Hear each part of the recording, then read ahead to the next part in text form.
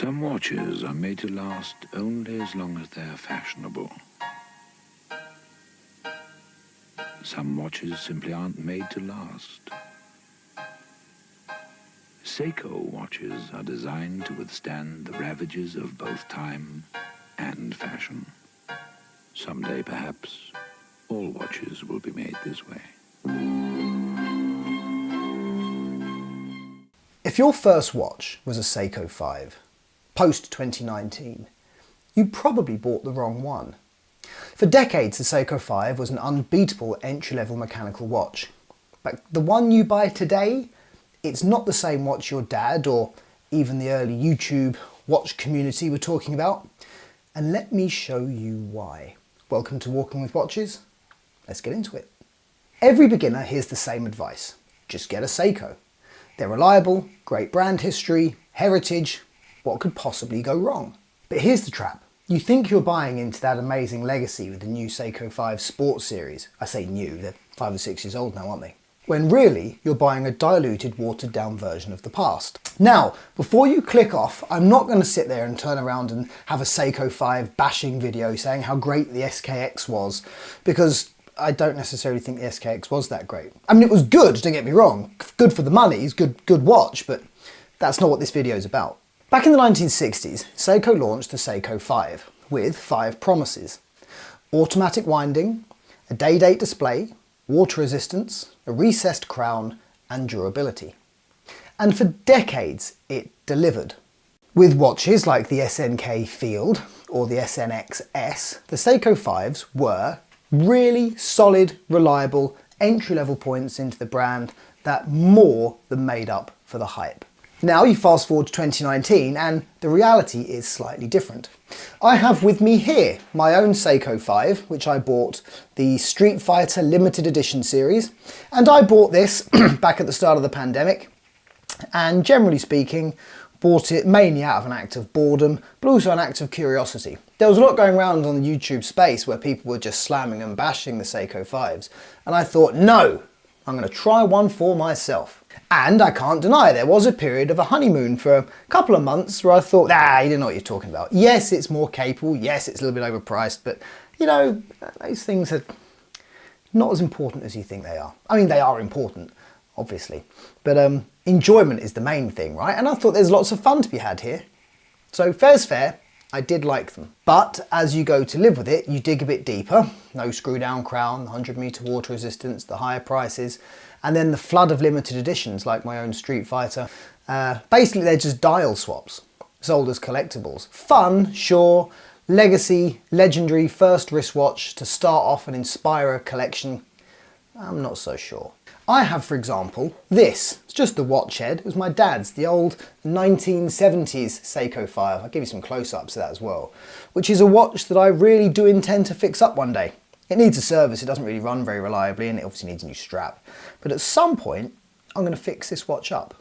I feel like when it came to the old Seiko 5s, there was a huge amount of fun and variation within the brand. You know, you weren't within the lineup, you weren't just buying the same watch with a few sort of dial and colour swaps.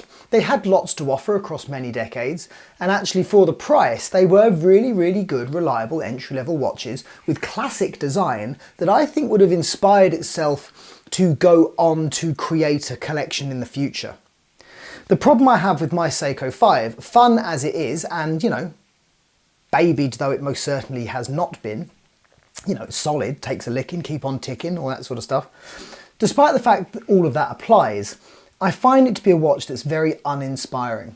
And the longer I lived with it, the more I felt that that was true. Now, I think there are some Seiko 5s which fit into the Seiko brand, some of the more classic, standard Seiko 5s, which are a bit closer to the SKX, which actually I think are much better picks.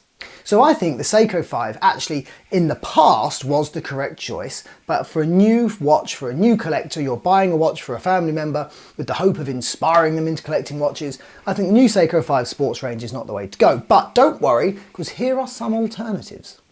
Before I get into that, let me just say, if you already own a Seiko 5, don't worry. It's fine, so do I. Because let's be honest, they're strap monsters. There's a massive modding community if you ever want to improve or develop on the one you've already got. And you know what? There's plenty of nostalgic sort of SKX vibes, and it was my first watch. Credibility which makes it unique to you. So if you've got one, don't worry about it. If you love it, good for you. My only advice would be, don't do what I did. Don't fall for the limited edition, you know, trap.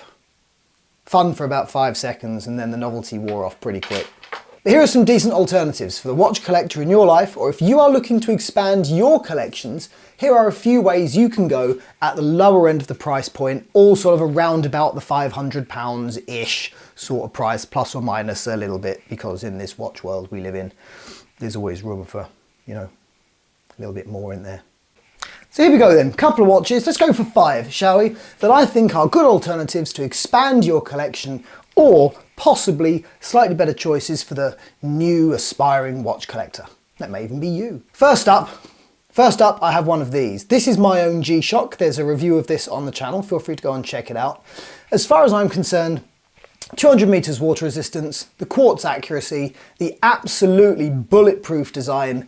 There is no good reason why someone shouldn't own a G-Shock, in my humble opinion. These are absolutely superb. And look, they just don't die. They're brilliant. Go and get yourself a G-Shock. They're awesome. Next, bit controversial because this isn't a dive style or highly water resistant watch, but Hamilton Khaki Field Range.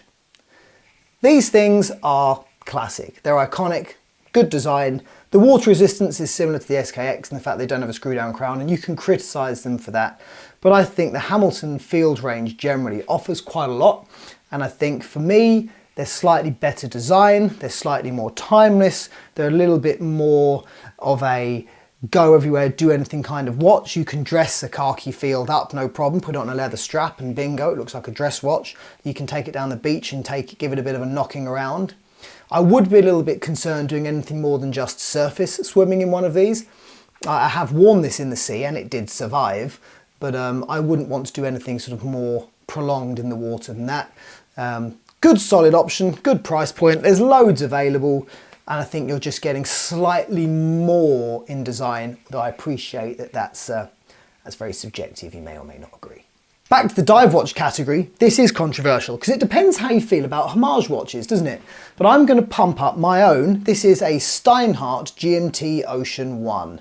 Now this is obviously a Rolex GMT Master 2 homage, and I wouldn't recommend you go out and buy this unless you love you love the GMT. Actually, just the bog standard Steinhart Ocean 1 is a perfectly good watch to go and buy. Now, some people get bent out of shape about homage watches because they say, well, you're just ripping off more prestigious brands, it's design theft, there's no character of its own.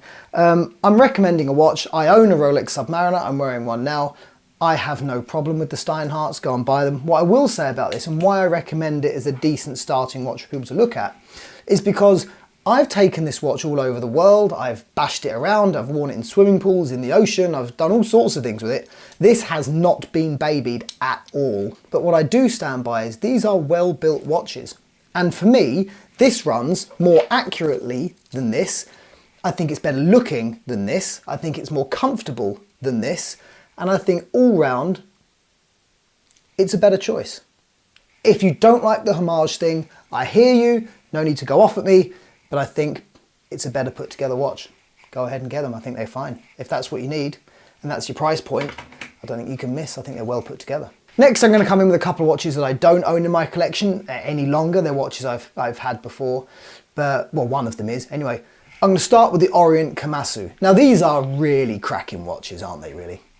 Sapphire crystal, 200 meters, water resistance, diver's spec, good price, lots of modern and retro, sort of neo-vintage models available if you want to go second hand.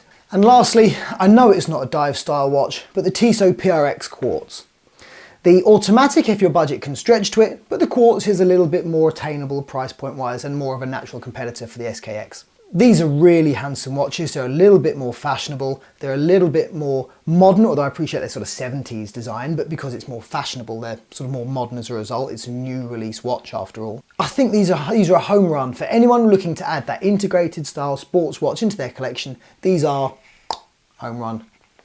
I don't really understand baseball, but I understand the analogy, and these are But there are so many others, and do give me some alternatives in the comments below because I think they're really great. All right, that's it. This is Walking with Watches. Thanks for watching the video and see you soon. Peace out.